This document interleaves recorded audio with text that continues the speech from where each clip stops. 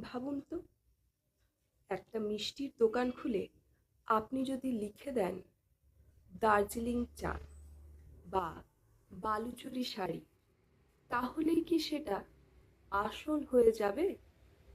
না, কারণ কিছু জিনিসের পরিচয় শুধু তার নামে নয়, তার জন্মভূমিতেও লুকিয়ে থাকে। আর সেই পরিচয়কে আইনিভাবে রক্ষা করার জন্যই আছে জিআই ট্যাগ। জিআই ট্যাগ বা জিওগ্রাফিক্যাল ইন্ডিকেশন হলো এমন একটি স্বীকৃতি যা কোনো নির্দিষ্ট এলাকার বিশেষ পণ্যকে দেওয়া হয়। অর্থাৎ সেই পণ্যের গুণগত মান, খ্যাতি বা বৈশিষ্ট্য ওই এলাকার সঙ্গে সরাসরিভাবে যুক্ত।